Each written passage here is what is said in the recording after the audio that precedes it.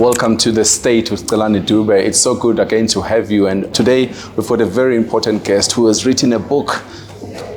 We'll talk more about this book. And he's known in the province of Mpumalanga. He's been an HOD of the Department of, Human Settlement, and eventually the Deputy Speaker of the province of Mpumalanga. Now we have Dr. Dube, Dr. David Dube. How are you doing? I'm okay, thank you. Good to see you, Baba. Same here. Thank you very much for finally get to come through. We've been trying to get hold of you, but eventually you come. Yeah. And we appreciate your time and energy that you've come to see us here on the state. Thank you so much. Now, why I was really interested in you and in that is that when we finally started to communicate our office with you, is you were about to release a book. Is this your first book? Let's start there. Is this your first book? No. You've written a couple of books. I have written many books. Many books, okay. But I only published 7 books. 7 books, okay. This is number 7. This is number 7. Yes. This is completion. Yeah, it's done. Okay. Done and dusted. All right. I completed this book in June. Okay. June this year. This year. Okay. I started this book in 2023, but I just took notes. I was not necessarily writing. Okay. I was taking notes of what was happening, which I will explain what happened. Okay. So I then completed this book. During the same June, I completed another book. So you were writing 2 books? Yes. Okay. All books are done. This book has got more than 700 pages. I see. I was reading through it. I couldn't finish it. But yes. Sure. It has got more than 700 pages. Okay. Then the second book, it's also thick. I chose not to publish it now. Okay. The reason why I chose not to publish that one, it's because of the unfortunate situation of the passing on of former Deputy President David Mabuza. Oh, okay. Yes. In that book, he's the main character. Oh, okay. Exactly. So when he passed on, so you halted that? I did exactly that because I did not want to become insensitive. And people will say you're opportunistic about it as well. So I withheld that book. Then I continued with this one. There's a reason why I continued with this one. Tell me why. Politically infested. Yes. The reason why I titled that book, it's because there's a case that I was undergoing. Yes. The state charged me and preferred charges against me in 2020. 2020? Yes. Okay. October 2020, I was arrested. Okay. Then the case started proper in 2021. Sorry, hold on. Who's arresting you? The police? The Hawks. The Hawks? Yes. Okay. They arrested me for reasons that I explain in the book, which I explain also in the book that I was unduly arrested. Okay, and my arrest was not correct. Okay, let's start here now. Yeah. Case number MCCC 18/21. Who opens this case? Is it you? So that case, the title has got 2 cases. Right. The first case is the one of Nelspruit. Okay. It's also reflected in the book. What was happening in the case of Nelspruit? It's about a piece of land that the Department of Human Settlements bought on behalf of the Emalahleni municipality. So, hold on, the Department of Human Settlement. Which is the provincial department. Exactly. They bought the land in Emalahleni. Yes, on behalf of Emalahleni. On behalf of Emalahleni. Were you now the HOD at the time? I was the HOD. Okay. Now, how did we come to know about the land of Emalahleni. Yes. The former premier of Mpumalanga by then, who was Mr. David Mabuza, Right. is the one that sent the letter to former MEC Madala Masuku. Okay. Yes. So we did not know about this until the premier sent the letter to the Department of Human Settlements. What is the letter saying? Buy this house or buy this land? Yes, we must buy the land on behalf of Emalahleni so that it can be transferred into Emalahleni. Okay. We did exactly that, but we had to follow due processes. Okay, hold on. How much was the land? The land has got different figures. Okay, all right. Which were discussed in the court of law. And the ultimate figure that stood in the court of law that the department had to pay for was 37.5 million. 37.5 million? Yes, 37.5 million. Was this the initial land cost? No, what came out from the court was that the real owner was selling the land cheaper to a particular buyer. Okay. Now, they had their own discussions. Yes. And from those discussions, what came out was that those that had the same agreement on that piece of land at Emalahleni, then after acquiring that land, they then approached the department and they had a figure of 38 million. Okay. Now, the team that the department set up had to negotiate on behalf of the department. Instead of paying 38 million, which the seller was asking that the department must pay, the department, through its negotiating team, succeeded to pay 37.5 million instead of 38. So 500 less. Yes. Okay. The department, 500,000 less. Yeah, the department saved 500,000 there. All right. Now, from there, while we were not aware, I did not know. Then the case which we ended up being charged for was that land of Emalahleni. The one for 37 now? Yes. Okay. The case number is Nelspruit 233/2/2013. Okay. That is the one that we then had to deal with. Okay. Of Emalahleni.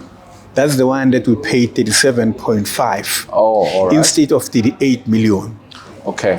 And that's the one that the paper work. Because there's always paper trade. Yes. If you get it, it comes from Emalahleni, it goes to the office of the premier. Then the premier send a letter to the Department of Human Settlement to the MEC. Okay. Who was Mr. Madala Masuku. At that time, yes. Yes. Then Mr. Madala Masuku, as the political head of the department, then sent the letter from the premier to the head of Department of Human Settlement, that being me. Then the instruction of the MEC was that purchase the land on behalf of Emalahleni. Now, what we then did, which I did, which is procedural, I then, because it had to go to the supply chain management, the letter that we got from the department, from the office of the premier, and from the department via the MEC to the HOD, was sent to the relevant chief directorate, who would then send it to supply chain management to deal with all logistics. And payments. But before payment, I had to set a team. That team, which was inexistent at the time, then had to go and negotiate with the new buyers of that land. And those are the ones that now were selling the land to the department. Okay. The departmental officials succeeded to then persuade the sellers to say we will not be able to pay 38 million, but we can pay 37 million. That's how it ended. That is now the case one now. Yes. The land number one. Yes. All right. The land number two is the one at Emelo. Okay, so there were two properties. Two pieces of land. Okay. Yes. The one. Is it also a farm also in Emelo? Yes. What is it? Farm. Now, also in that one. So now the department is buying for Emelo municipality. Yes. Okay. How? The municipality in Emelo, through a resolution, right, made a request to the Department of Human Settlement that they have identified a piece of land where they want to develop. But that piece of land belongs to a public owner. Okay. And then they said, department, because you have got a program of phase in where you have got to build houses for people. We request that you say you buy this land for us, but we've got valuers.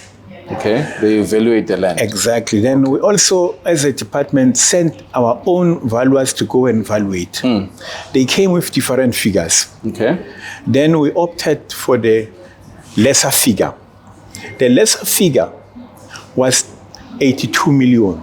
82 million? 82 million. Okay. Now, we then said, me and the CFO, okay, after we had a discussion, we said, how much are we having budgeted for pieces of land? Okay. We then realized that we only have got 32 million. So you and the CFO, were you the HOD now discussing the budget? Okay. Yes, we don't have 82 million. We have got 32 million. Okay. We will never buy that piece of land for 82 million. All right.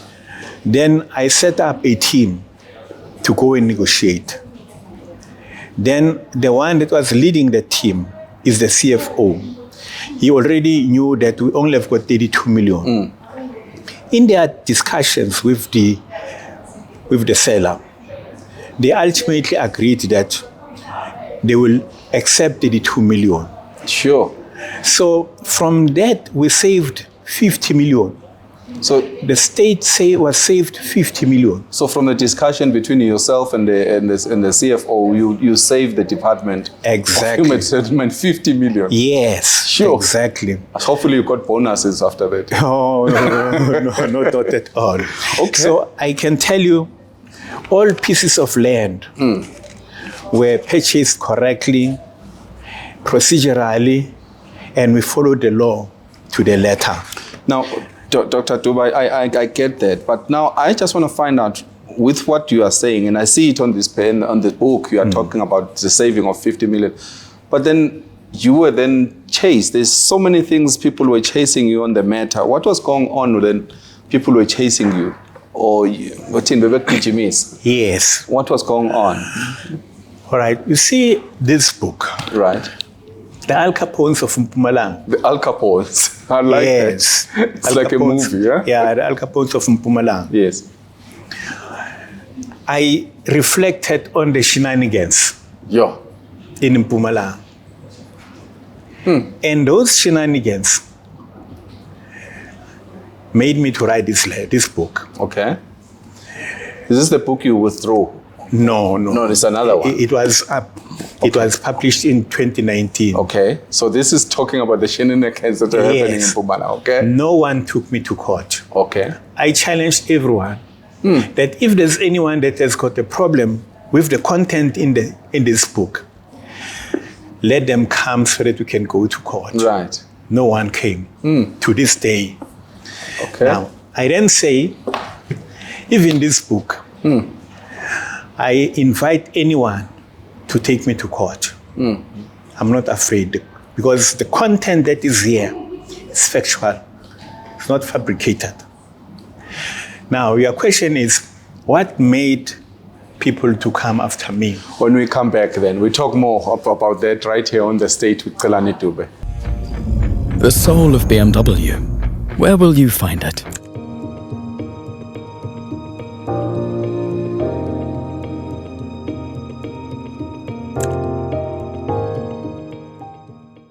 Please go and subscribe on Mitv Network. follow us on all social media networks, and like, share, comment right here on The State with Celani Dube.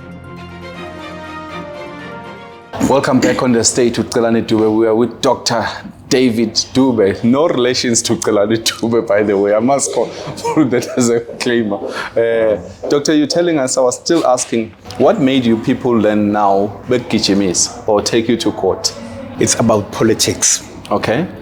You see, there's this book by Robert Greene. Okay.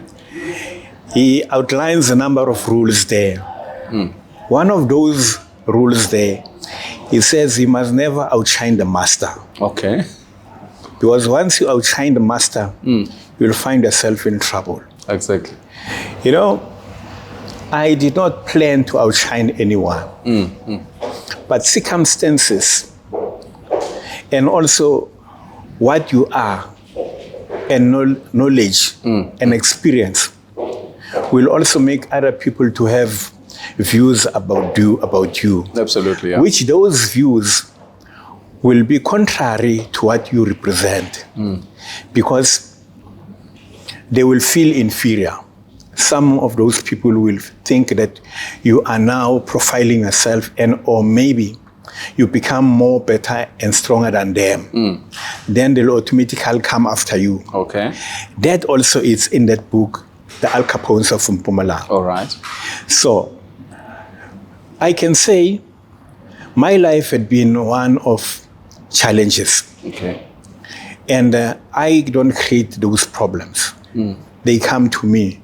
Then I must find a solution to deal with those problems. I did exactly that. Okay. Now, in response to your question, as I said, those are politically related matters. In this book, if you can check chapter 9. Okay, let's go to chapter 9. I like that. Yes, chapter 9. You know, in this one, I say it was a rough ride. And while it was a rough ride, I mentioned 10 important matters. Yes. And all those 10 important matters are those that were accumulating, which then led to the case. Exactly. But take me to chapter, like the first matter. I'm not going to go through all of them, or maybe two that you could relate. Okay. So that people would understand. Yes. Yeah.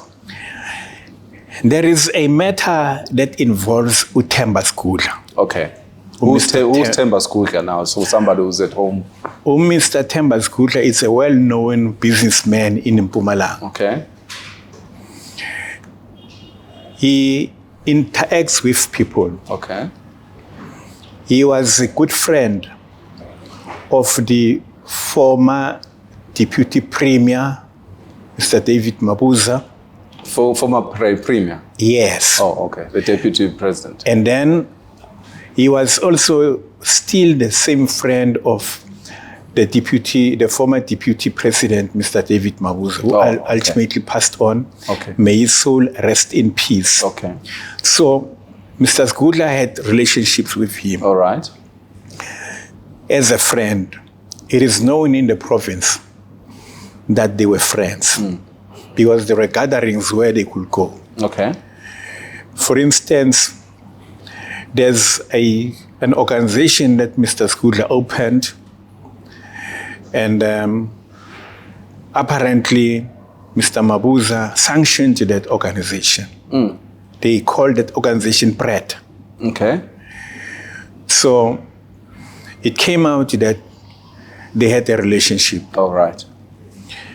Another example that they had a relationship was in one birthday session of Mr. Mabuza at Masoi. Mr. Skudla was also there. Oh, okay. But there are a number of instances, so it's known that they were friends. Now, one day, I'm in the office as the HOD. I was working there. I got a call from the then Premier, who was Mr. David Mabuza. He says, come to me. I say, where are you? Because I'm in the office. He says, come to my place. Now. This is the State House? No, not the State House. I had to leave everything. I had to go to the farm. I asked him. He said, yes. Okay. I went to there. When I arrived there, because we used to be very, very good friends. Okay. When I arrived there, the modalities of greetings and all that were not there. It was a changed man. I then realized that there might be some problems here, which I don't know.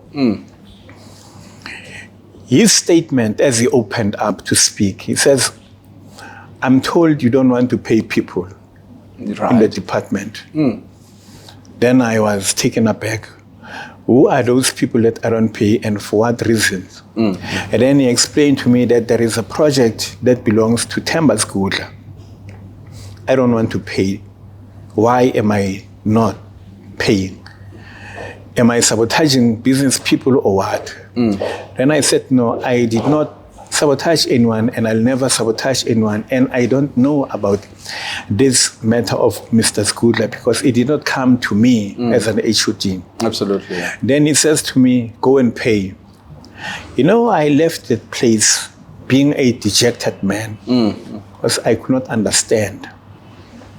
But then I had to come to the department. Then I called the departmental officials, those that were literally involved.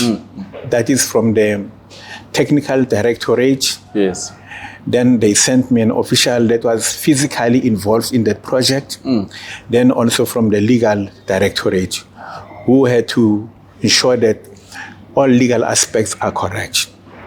I called them to the office. I said, I'm told that we don't pay people, and in particular, the project that belongs to Mr. Skudla. Yes. What is happening?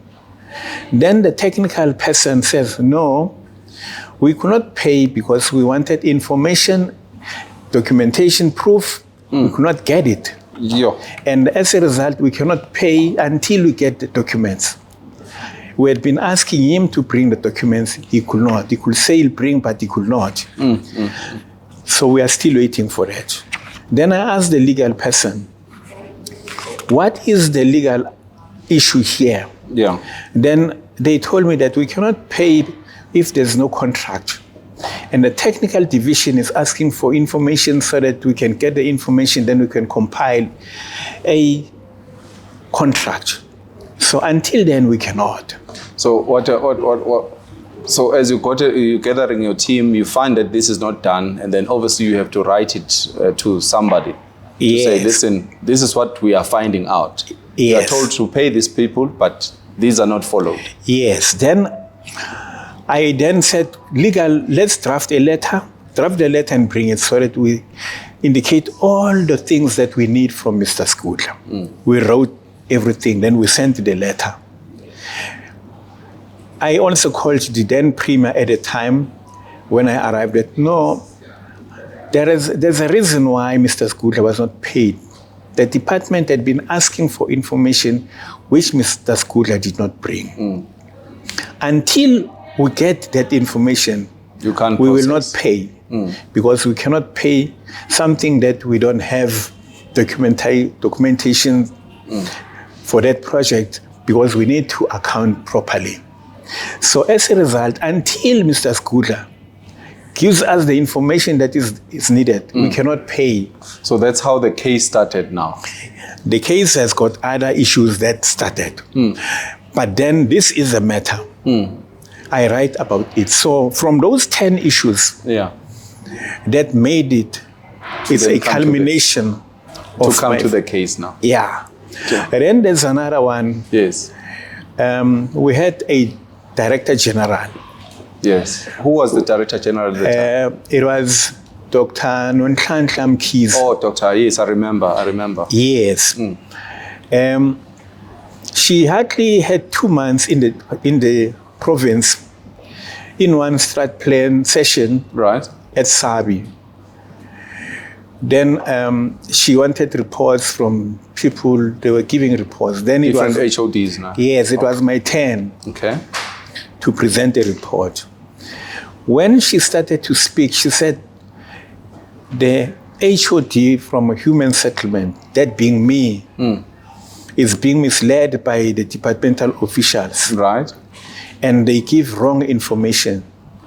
Then I said, when I had to respond, that it cannot be true because you only have got hardly 2 months in the province. Who told you that the departmental officials are misleading the HOD?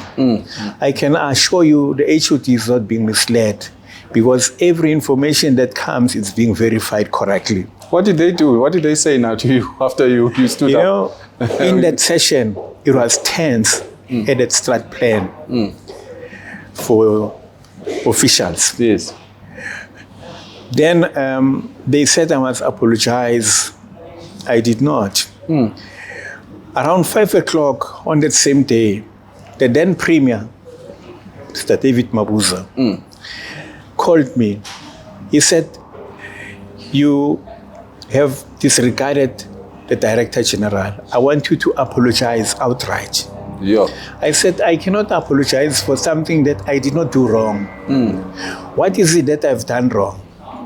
He continued to say, I undermined the Director General. I said, I did not. And as a result, I will not apologize. Then he hung up the call.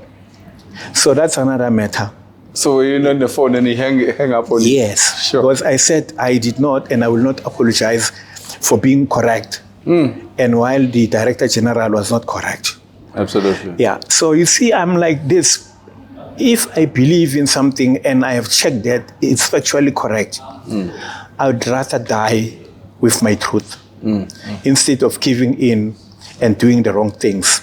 So I am like that. So is this also on this matter? These matters are also covered on the case? Yes. As you say. Yes. But then let me also say that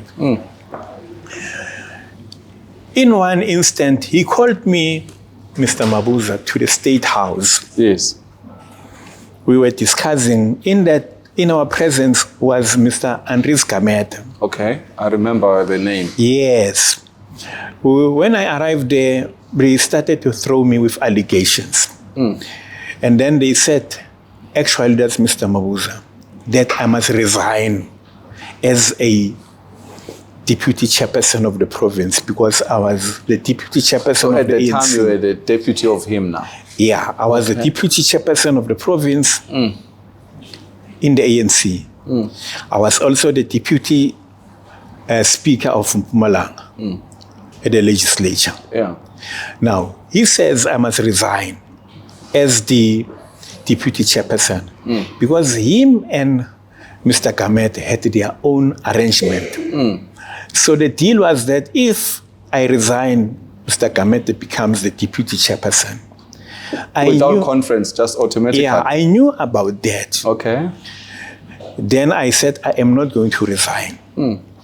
He became very furious. You know, he is used to, when he speaks, people listen. Okay. So I don't when I know I'm correct. And I knew I was correct. I said, I will not resign. I will only go to conference and then complete my term. Absolutely, yeah. Before that, I will never resign because there's nothing wrong that I am doing to the ANC. And there's nothing wrong that I've done, even in the department and also in the legislature. As a result, I will not resign. He became furious. Then he started to call me names and all that. We lost it, me and him. So this is where it really broke off. Exactly. This is what broke the camera. Exactly. Between the two of you. Yeah. Yes. Then he said to me, he is going to destroy me. Those were the words that hurt me. That how can this man say he is going to destroy me? Then I asked, actually the real words that he used, which I wrote about in this book. In this book, yes. In this one, the Al Capones. Yes. I wrote about it here. Yeah. And I also write about it in that book. He said, "Ngizokushaya." Ukushaya kuphula unyawo. Yeah, ngizokushaya. Yeah. What then? I said, "Uzongishaya." You see, you cannot tell me that uzongishaya. You must say, "Sizoshayana." Yes. So then when I was ready to say, no, ungeke. I asked him, what are you saying? Zongishaya. Then he says, no, not physically. Ngizodila ngawe. I'll destroy you. Yo, Those words were harsh. very harsh, yeah? Yeah. I left that place, State House. I left. So now... Then on that same day, apparently he sent the late Mama Leta Shongwe to look for me. Yes. And then also another member who was in the legislature, Johan Mkachwa, Yes, yes. to also look for me because he knew that I was close to those people. Absolutely, yeah. They all looked for me, they could not find me. What Johan Mkachwa did was to call some of my friends to ask, where is Dube? Because we cannot find him here. They told him that they don't know where I was. Because I went to somewhere to sit down to reflect that this man said he's going to destroy me. You know, once he says he's going to do something, his words follow action, his actions. Absolutely. He does that. So you wanted to find out whether... How do you deal with this thing now? It's a threat, actually. Yes. Okay, so how do you deal with it? Yeah. I had to be cautious in whatever I do. I limited my movements, You're traveling. my interactions with him. The last time I spoke to him over the phone was in 2014. Yo. 2014, when he said to me, he called me that I am sabotaging, or I was sabotaging the Nkangala regional conference that took place. As a deputy now. Yeah, that took place at Emelo. Mind you, I was a deployee that was running the session on behalf of the province in that regional conference. Now, I asked him, why are you saying I have sabotaged the conference? Because I did not. Who told you? He mentioned two names. And those two people were in the Youth League, as the chairperson of the Youth League then, and the secretary of the Youth League. I also have them in there. In the book. Yes, I said I did not. You see, as a result, those things that were accumulating were matters that were affecting me personally. But what then triggered this case that I had to go through? Yes, that's what I want to get to. I'm say, going there. How does this link now to the case? Yeah, in 2012, the Hawks came to the department. In the provincial department? Yes, in the Department of Human Settlement. Yo. They came 2012. Then they had a warrant of seizure to search everything. They took computers and gadgets of people. So the movie that we are seeing today with Abu Mkhwanyazi and the guys, it had happened in Mpumalanga? It had been happening in Mpumalanga. Now, that was the beginning of my ordeal. This is back in 2012? 2012. Sure. They came there. Then in 2013, I was invited by the Hawks Yes. at Sanlam Building in Nelspruit. Yeah, this is their office. Exactly. Right? When I arrived there, they had a series of questions that I had to respond to. I took those questions. I left. Yes.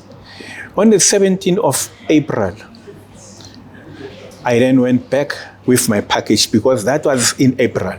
When So they now you came. went to go and answer Yes. these questions, right? On the 17th of April, I then went back to the Hawks with my package, having responded to all their questions. Every single question, every single allegation, Okay. I responded to. I attached even documentary proof. I gave it to them. They signed off for that. The one that signed off for that package, which were two files, my file and the one that I gave to the Hawks. Yes. So that anything and everything that is there must not change. Yes. And every single page. Must be a signature. Exactly. Or initialed. That's what I initiated, every single one of them. Then I remained with my file. I gave it to the Hawks. Then I thought it was the end of the matter. What happened next? Yes, I'm going there. Sure. Then Guys must get the book. then Yo. the same 2013, Yes. Mr. Thabo Mashile, Yeah. who is in the Department of Human Settlement, who was in the supply chain management, while I was at the legislature, he comes to me. I was a legislature and a deputy speaker. So you're a deputy speaker and Yeah. also a deputy chairperson of the province. Yes, he comes to me, that's Mr. Mashile now, to the legislature, to my office. He says, I've got a challenge here. The SIU has written an affidavit on my behalf, Okay. referring to him, Yes. that they wrote on his behalf. And they wanted him to sign so that he accept what they wrote there. What have they written in Allegations against me, against you? so that I should be hold on. implicated. So the SIU writes a letter, give it to him, Yeah. to say sign here, Yeah. and in so doing, he's incriminating you. Exactly. Wow. Now, he says to me when he comes there, they gave me this and I don't agree with this because that's not factually correct. Yeah. What do? I then said, it was simple. I said, you know the truth. Just do what you think is truthful. I am not going to advise you to sign or not to sign. Use your conscience. Then he said, thank you. He went back. He never signed that. What Those happened allegations. to that? It fell off. Then, Sure. that is 2013. That's when I got the letter or the allegations from the Hawks. So the case now started. Now, when you look at the case that I'm talking about, Yes. there's the case number there. Okay. The case number, it's in the book. All right. It's the one. Is this the case number? No. It's the other No, one. that one is, I'll explain that one. Okay. Yes. The one now that culminated into our arrest. Okay. But that's where it started. 2013. It's called Nelspruit case number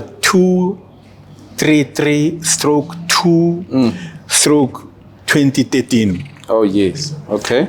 There. That's how this matter started. I did not know about this matter. So there's a journalist that opened the case. But he opened the case, but someone usurped the story and ran with it.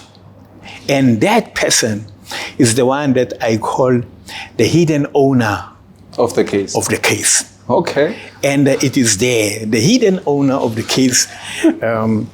So the hidden owner of the case, actual fact, gets the journalist. No, to run. The journalist goes and opens the case. Yeah, but they were not friends. They're not friends. No. So the minute the journalist opened Yeah. the case, then the hidden owner of this Steal the case like steal the this. case now. Yeah, and to make runs it with it. against you now. Yeah. Now, Yeah. because in this case, all the people that this person wanted to deal with were there. Sure. Now, that's how then the shenanigans started. That's where we all, because all the people that this person did not like now, We're in one fiction. yeah, in one pool. So we were dealing with Yeah. a proper case. Yeah. But there's somebody behind the case. Yes, now the person has an opportunity to deal with all of us. So all of you are Yeah. under one charge. Yes. When we come back, we talk Yeah. more right here on the stage with Celani Dube. The soul of BMW. Where will you find it?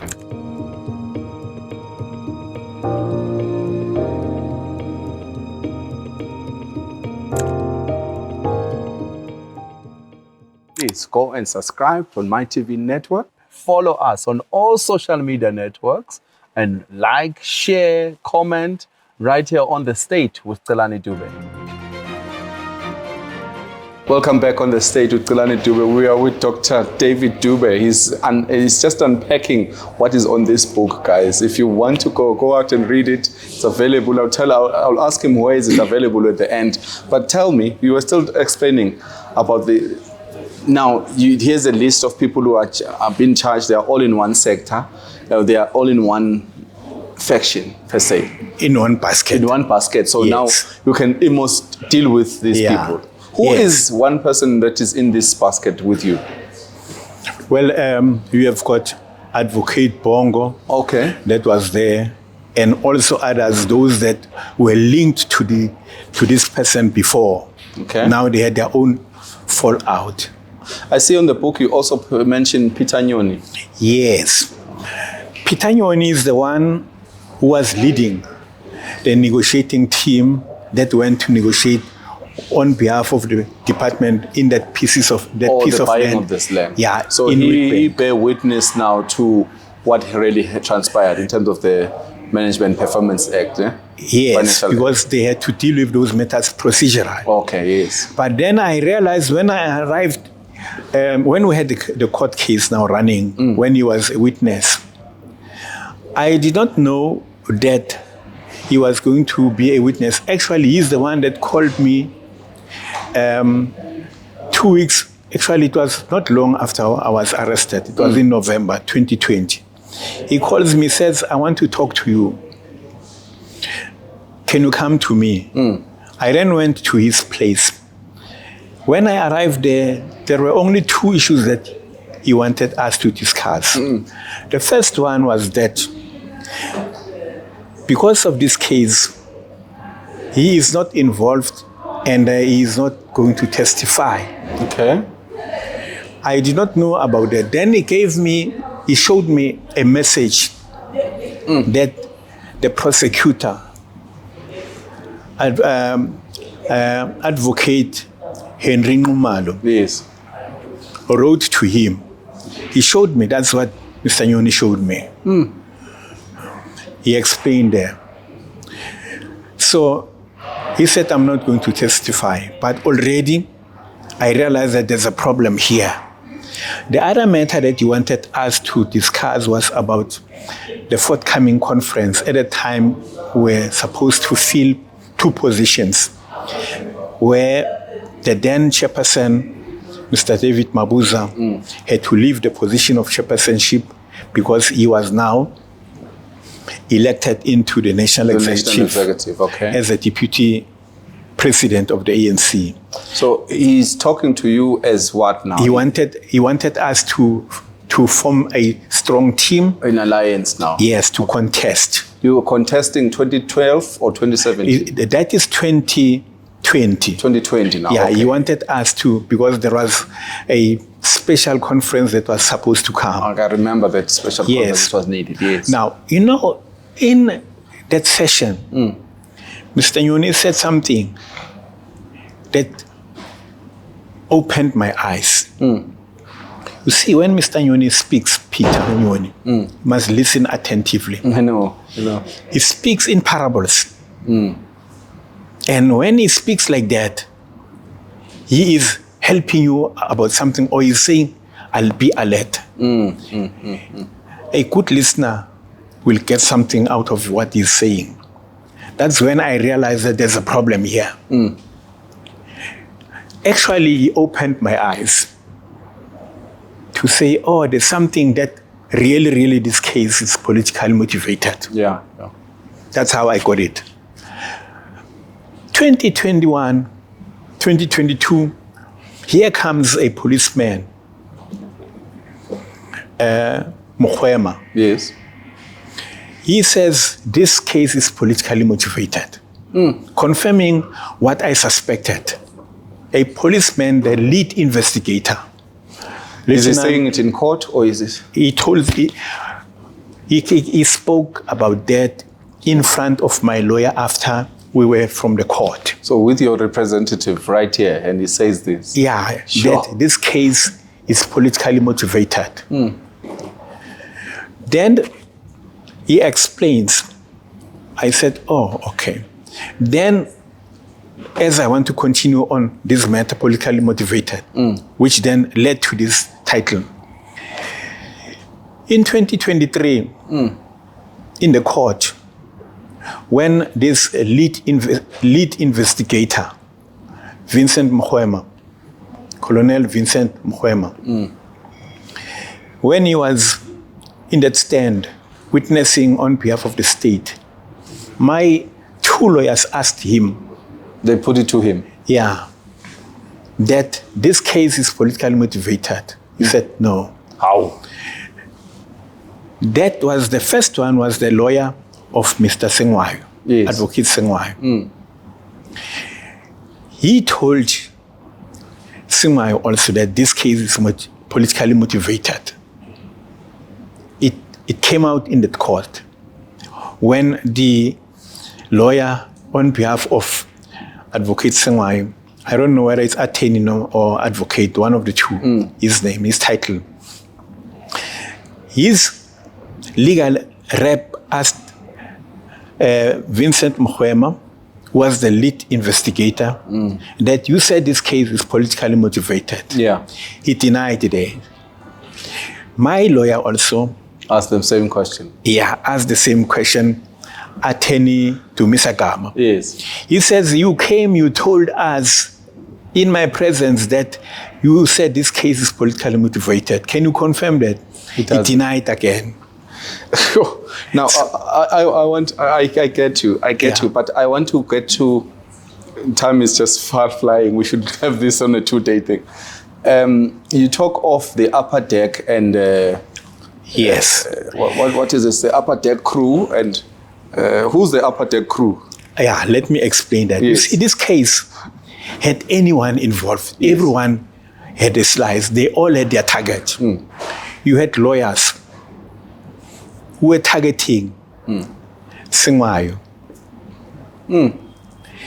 You had also not only Sengwayo, there's also a lady who is also in the legal fraternity. Yes. You also had got business people who had an interest in that case because they had to deal with some of their people there. You then have people in the religious sector because there were 2 religious people there. They wanted to deal with them. So everyone was there. So then, everybody's dealing with each other. Then we have got journalists. The journalists who also had an interest because the case was opened by a journalist. How did I know that the case was opened by a journalist? It's this year, a couple of months now, this journalist wrote in a WhatsApp group. He then confirmed that he is the one that opened the case. I did not know. Then I said, it's you who opened the case. Yes. He confirmed that it's him who opened the case. This Nelspruit case number 233/2/2013. Yes.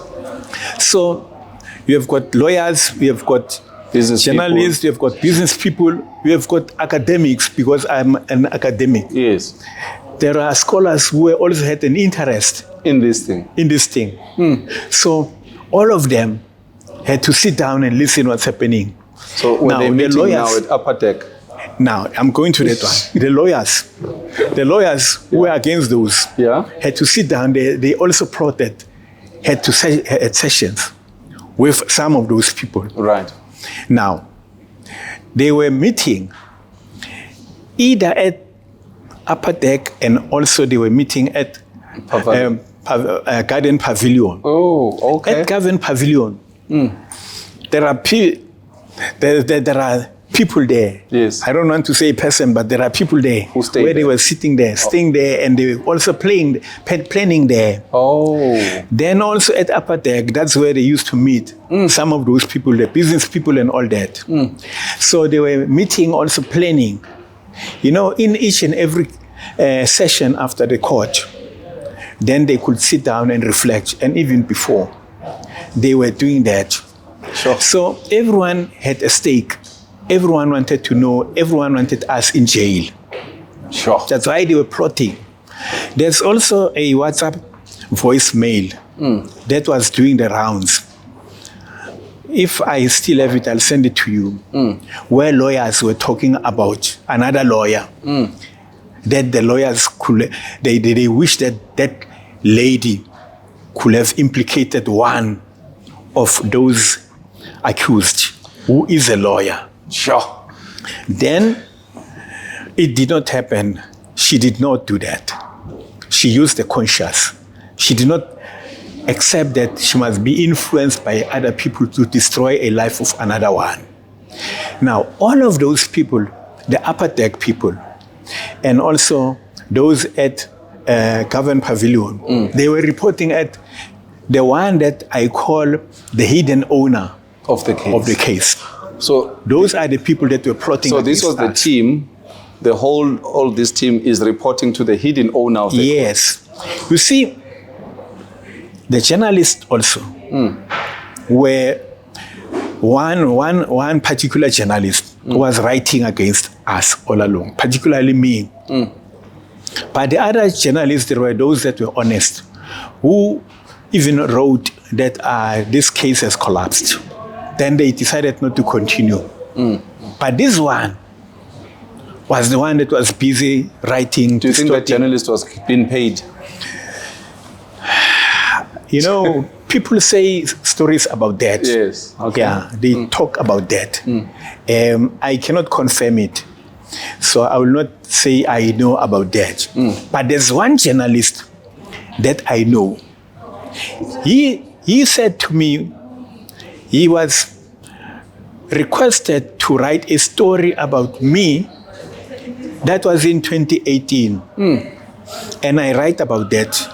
And in that, I indicate that the story of a journalist and the brown envelope. Yes. So the people, the upper deck people, and also the upper deck and the Government Pavilion people were in cahoots. Everyone wanted a stake on this case.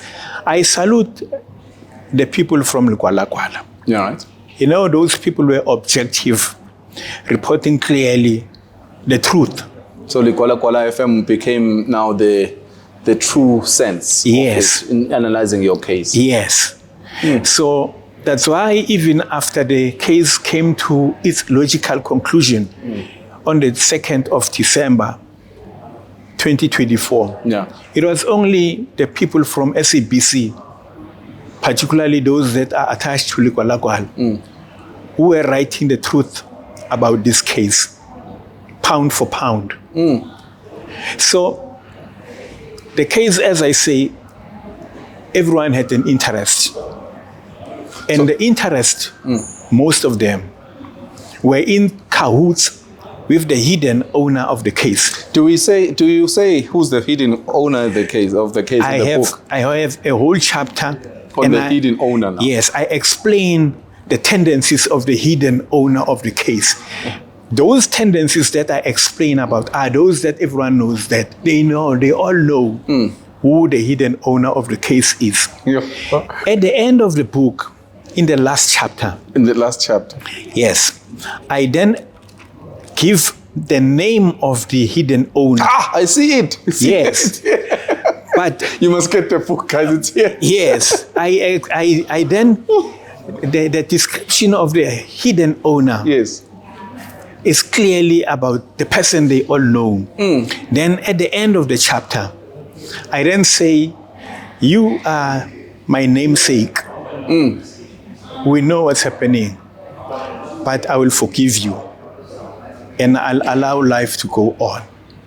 But only the good Lord will be there, because revenge belongs to the Almighty, not us. Well, if you say you are the namesake, what does that mean? You are my namesake. Yeah, you are my namesake. It's known. It's known. So they all know my name, and then automatically they will know who's the hidden owner of the case. I get you. The one that usurped the case and made it his. Now, because on the at the end of November, yes, they were celebrating at Garden Pavilion. Right. Before the outcome. actual verdict. Yeah. Yes. The end of November. Okay. Then on the 1st of November, they were sitting somewhere now together with the hidden owner, celebrating that we are going to jail. So they knew the verdict? That's what they believed. Thought. Okay. Yes. Right. You see, the truth will always prevail. On Monday, the 2nd of December, that's when now the verdict was read. This was in Middelburg, right? Yes, Okay. in Middelburg. We were all exonerated one after the other. They read the verdict. Clear. That's how we were all exonerated. Dr. Dube, just in closing, so now you've cleared, your name has been cleared all Yes. over these years. Yeah. Are you suing the state? Yes, my lawyer has advised that we must take actions, and they are the ones that are busy with that matter now. Because in anything that was happening, I was never implicated by anything. Even all witnesses that were from the state, no one said I have done anything wrong. To give an example, I gave an example of Mr. Mashile where the SIU wrote a statement, a damning statement against me that he must sign. He said no. In that case, when the court was in session, one of the witnesses of the state, Mr. Tulare Madileng, was invited here to give a testimony there. A statement on his behalf was written. They wanted him to read. The prosecutor, Advocate Ngumala, said, read this. Mr. Madileng looked at that. He said, I am not going to read this because it is not mine. I did not write this statement. Right in court? In court. She refused to read the statement that the prosecutor gave it to him. He said, no.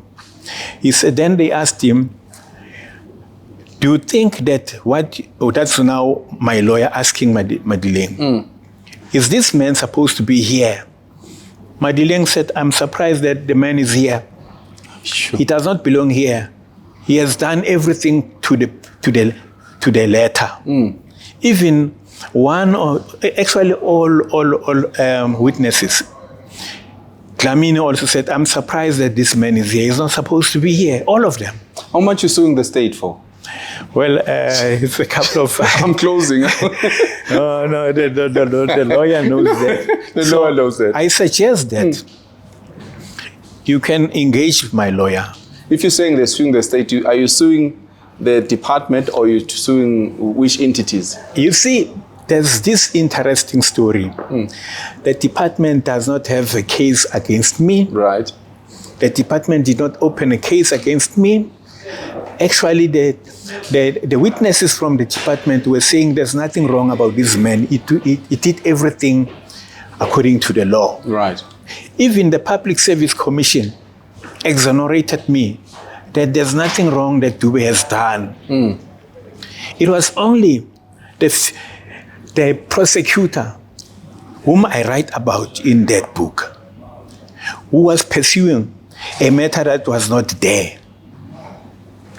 And then the other matter that I must say, the state destroyed us, my family and my kids. But we have forgiven because we don't believe that we must bear grudges against anyone. So this book, actually these two books. While you're closing, tell us where can we find it? See these two books. Yes. If you want to know anything about Mpumalanga, get these two books. They are with me.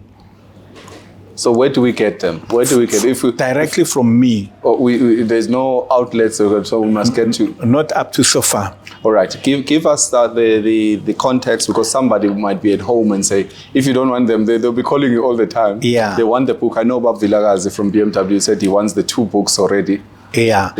They can get them directly from me. My number is 072 right 550 right 5888. That is me. I repeat, 072 550-5888. They can get this book from me. So I invite anyone who might have problems to take me to court. Anybody who's got a problem with the content that is here. Anyone. Also, as I said, I wrote 2 books. The one that speaks primarily about Mr. Mabuza is the one that I withheld. Yes. But this one, the one that speaks about the case, is the one that I had released. Yes. Now, you said to me, that number, that case number, yes, is the number that they were calling in court. In the docket. Yeah. Okay. But the actual number is the one on the book. This Nelspruit case number 233/2/2013, and the one in MLO. So I lumped them in that one. Baba, again, Dr. Dube, thank you so much. I think time has just flown, and you can see, if you want to get, this is a perfect book for you to know and understand Mpumalanga. It's a politically infested one. You have to get the book and get to understand. He's giving you his context, and we say thank you again for coming through on the state. We're looking forward to the other book when it comes out. Please come through, and also thank you so much. We really appreciate it. I'm the one that appreciate everything that you're doing. I appreciate it. Thank you so much. Again, thank you very much for tuning in on The State with Celani Dube. You can follow us on Mitv network and also follow us on any social media network. It's The State with Celani Dube on all social media network. Remember, you've got 24 hours in a day. 8 hours we are working, 8 hours we sleep. What are you doing with your other 8 hours? Thank you for watching. Bye-bye.